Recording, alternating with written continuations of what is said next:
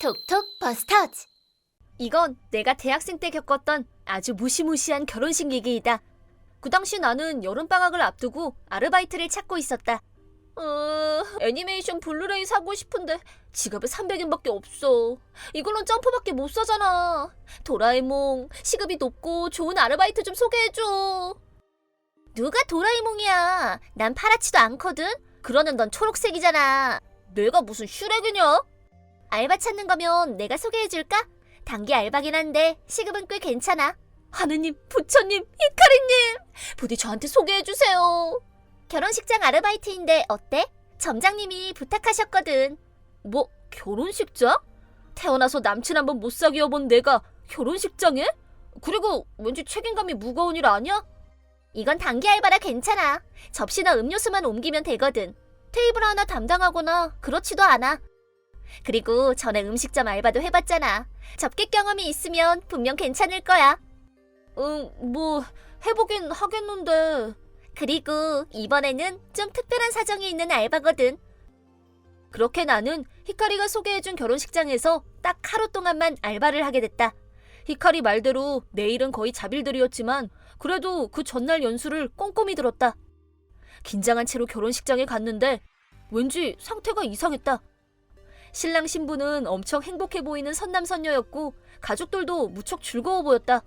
하지만 초대석이 왠지 이상했다. 우선 테이블이 텅 비었다. 초대객이 한 명밖에 없는 테이블도 있었다. 그리고 초대객들은 다들 어디 회사에서 그대로 순간이동한 듯 정장 차림이었다. 가슴 포켓에 메모장을 넣고 있거나 볼펜을 꽂고 있는 사람도 있었다. 그리고 심지어 다들 신랑 신부한테는 눈길도 안 준다. 꾸벅꾸벅 조는 사람, 핸드폰을 만지는 사람, 무슨 서류를 읽고 있는 사람.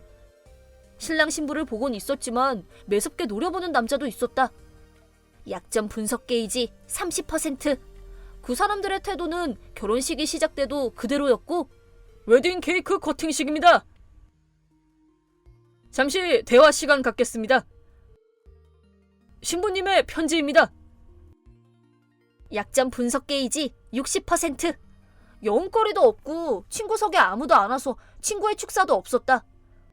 뭐야 이 결혼식은. 왠지 무서워. 사회자는 텐션을 높이려고 억지로 밝은 목소리를 냈지만 정장 차림인 사람들의 태도는 끄떡도 없었다. 결혼식 후반으로 접어들자 처음엔 방긋 웃고 있었던 신부도 점차 얼굴이 굳어갔고 결국 마지막에는 왜 다들 무시하는 거야? 진짜 너무해.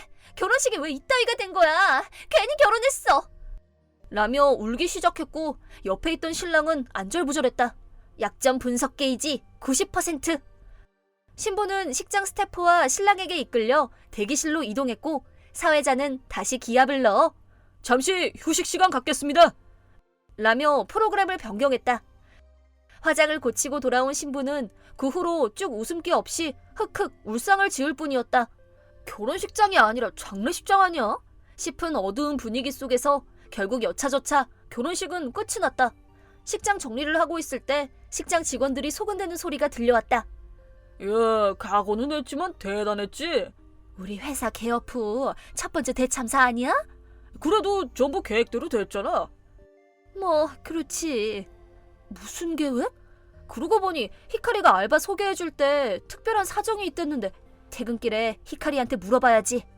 계속 스태프들 얘기에 귀 기울일 수도 없고 일하는 중에 잡담을 하는 것도 안 되니까 나는 알바가 끝난 뒤 가만히 있을 수가 없어서 히카리한테 당장 물어봤다. 히카리, 오늘 결혼식 대체 뭐였어? 분명 뭔가 있었지? 나 완전 몰래카메라인 줄 알았어. 수고했어. 알바해줘서 고마워. 아니, 엄청난 일이 될 거라고 생각했지만 상상 이상이었어. 무슨 일인데? 실은 말이야. 약점 분석 게이지 100%. 대체 그 무시무시한 결혼식은 뭐였어? 알려줘, 트러블 버스터. 히카리가 알려준 얘기는 충격적인 사실이 담긴 상자 같았다. 오늘 결혼식을 올린 신랑은 다정해 보이는 훈남이었지만 사실 그 진짜 얼굴은 좋아하는 여자를 자기 꼴로 만들기 위해선 수단을 가리지 않는 악마였던 것이다. 그 남자는 원래 유부남이었고 전 부인 사이에서 막 태어난 아기도 있었지만 우연히 자기 부하가 아내랑 걷고 있는 걸 봤을 때 부하 아내에게 한눈에 반했다. 아직 목도 못 가누는 아기와 아내를 집에서 내쫓고 억지로 이혼했다. 자유의 몸이 된 남자는 부하와 그 아내를 집에 초대하고 함께 술을 마시며 가까운 사이가 됐다. 두 사람의 신뢰를 얻은 남자는 그 부부관계를 깨뜨리기 위해 있는 말 없는 말 지어내서 두 사람의 신뢰관계에 금을 냈다. 예를 들면 부하한테는 저기 네 아내가 남편한테는 비밀로 하고 둘이 술 마셔요 라는데 괜찮아? 남자를 밝히는 건가? 앞으로도 이런 추파를 던지면 몰래 알려줄 테니까 내가 말한 건 비밀로 해줘 라고 이간질하고 아내한테는 저기 당신 남편 말인데요. 회사에서 항상 당신 욕을 하고 살아요. 오늘도 이딴 도시락 먹기 싫다면서 버리려고 하길래 제가 말려서 받았어요. 직접 만든 함바그죠? 맛있게 잘 먹었어요. 일단 부하가 비밀로 해달라고 해서 제 얘긴 하지 마세요. 라며 이간질했다. 전부 거짓말이었지만 믿고 있는 상사한테 그런 말을 들으니 두 사람은 불신의 늪에 빠지고 말았다. 하지만 둘이서 대화할 시간만 있었다면 그 남자가 거짓말을 했다는 걸 금방 눈치챘겠지만 그 당시 부하는 큰 프로젝트를 맡아 굉장히 바빴고 출장도 바빠서 집에 잘 못 들어갔다. 물론 부하가 바쁜 프로젝트에 참가하도록 명령하고 바쁘게 만들어서 부부가 함께하는 시간을 줄인 것도 신랑이었다. 불신과 엇갈림으로 몸과 마음이 지친 부부는 이혼했고 그 남자는 부하의 아내에게 접근해서 이혼으로 상심한 여자의 마음을 파고들었고 결국에는 프로포즈까지 한 것이다. 그렇다. 그 남자가 첫눈에 반해 함정을 파 부하한테서 빼앗은 그 여자가 바로 아까 결혼식을 올렸던 그 신부였다. 심지어 신랑은 신부와 부하가 만나지 못하도록 부하가 스스로 회사를 그만두게끔 끈질기게 괴롭혔다고 한다. 작은 실수에도 호통치거나 일부러 낮은 점수를 주거나 혼자만 회의에 부르지 않는 등 부하는 아내와의 이혼으로 이미 정신적으로 피폐해졌지만 거기에 괴롭힘이 가해지자 몸도 안 좋아지고 일도 그만둬서 신랑의 계획대로 된 것이다. 하지만 모든 게 계획대로 될 리는 없었다. 프로포즈 후 신랑과 함께 살기 시작한 신부는 우연히 신랑의 핸드폰을 받고 신랑이 전 남편과의 사이를 갈라놓으려는 계획을 세운 것과 전 남편이 괴롭힘을 당해 회사를 그만둔 것까지 전부 알게 되었다. 신부는 결혼을 못하겠다고 말하려고 했지만 이렇게 더러운 수법까지 쓰는 상대니까 가족이나 친구들한테 무슨 짓을 할까봐 무서워졌다고 한다. 그래서 계획을 하나 세웠다. 신부는 이 결혼식을 망하게 만들어서 그 남자와 파혼하려고 했던 것이다. 우선 친구들한테 사정을 설명하고 결혼식에 오지 말라고 연락했다. 신랑의 친구들은 애초에 전부인과 막 태어난 아기를 버려놓고 결혼식까지 하는 모습에 정이 떨어져 전원 불참. 그리고 남은 건 신랑의 부하들 뿐이었다. 부하들은 신랑이 전 남편을 괴롭혔던 걸 가까이서 봤기 때문에 그딴 결혼식 누가 가나 봐라 라며 원래는 다들 불참하려고 했지만 신부한테 모든 얘기를 듣고 그럼 그 쓰레기 상사의 결혼식을 망쳐도 되겠네? 그럼 우리도 협력하지 라며 출석했다. 신부는 웨딩 플래너에게도 사정을 설명했고 식장 스태프들도 정보를 공유받았다.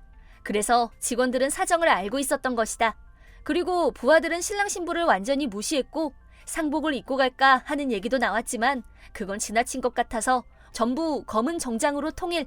모든 사람들의 협력으로 대참사가 될 결혼식을 앞둔 신부는 끝까지 명연기를 펼쳤고 분명 지금도 신랑 앞에서 통곡을 하고 있을 거다. 진짜 섬뜩하다. 부하들도 신부도 화가 머리끝까지 나서 복수를 안 할 수가 없었겠지. 근데 가족들은 어떤 마음으로 왔을까? 신부 가족들은 다 알고 있었지만 신랑 가족들은 아마 지옥 같았을걸? 근데 부하들은 괜찮으려나? 뭐가? 신부의 사정을 듣고 협력하는 건 멋지지만 부하를 괴롭히는 못돼먹은 상사잖아. 회사에서 안 갚음하면 어떡해. 아니, 큰일 난 건 분명 신랑일 거야. 오늘 온 신랑의 부하들이 이미 회사의 얘기를 다 해뒀대.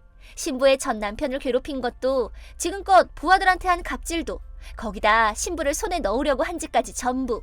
꽤 큰 회사인 모양이니까 대응도 확실히 하겠지. 아마 이제 회사에 그 남자 자리는 없을걸? 우와, 완전 사이다잖아. 그리고 좋은 소식도 있어. 신부랑 전 남편은 신랑의 방에도 없어져서 서로 깊이 얘기를 나누고 오해를 풀 수 있었대. 원래 신랑이 억지로 깨뜨려 놓은 사이니까 잘 되면 재혼할지도 모르지.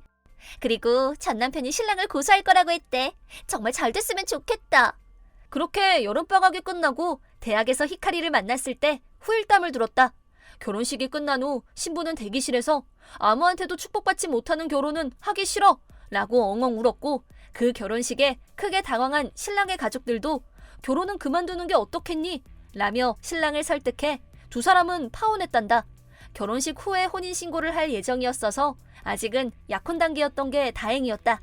신랑은 그런 짓을 벌인 부하들을 혼내려고 회사에 갔지만 갑자기 임원들에게 호출당했고, 부하들한테 고발당한 신랑은 강등 처분을 받아 평사원이 돼서 다른 부서로 이동했다고 한다. 자존심이 센 사람이라서 다들 회사를 그만둘 줄 알았지만 오히려 회사를 물고 늘어졌다. 그 이유는 전 부인과 신부의 전 남편에게 위자료를 지급해야 하기 때문이었다. 신랑은 위자료와 양육비 지급을 무시하고 있었지만 결국 전 부인은 변호사를 내세웠고, 계속 무시하면 재산을 압류당할 거라는 말을 듣고 그제서야 주기 시작했단다. 게다가 신부의 전 남편에게도 고소당해서 그 위자료도 지급해야 했기 때문에 주말에는 알바까지 하면서 돈을 벌고 있다고 한다. 참고로 신부와 전 남편은 재판 후 무사히 재혼했다. 이번에는 헤어지지 않도록 검은 머리 팥불이 될 때까지 100년내로 하기로 약속했다고 한다. 전부 히카리가 알려준 내용인데 진짜 모르는 게 없다니까. 물론 나랑 히카리는 여전히 사이가 좋다. 하지만 앞으로 히카리가 소개해주는 알바는 절대 안 하리라 다짐했다. 트러블 버스터즈!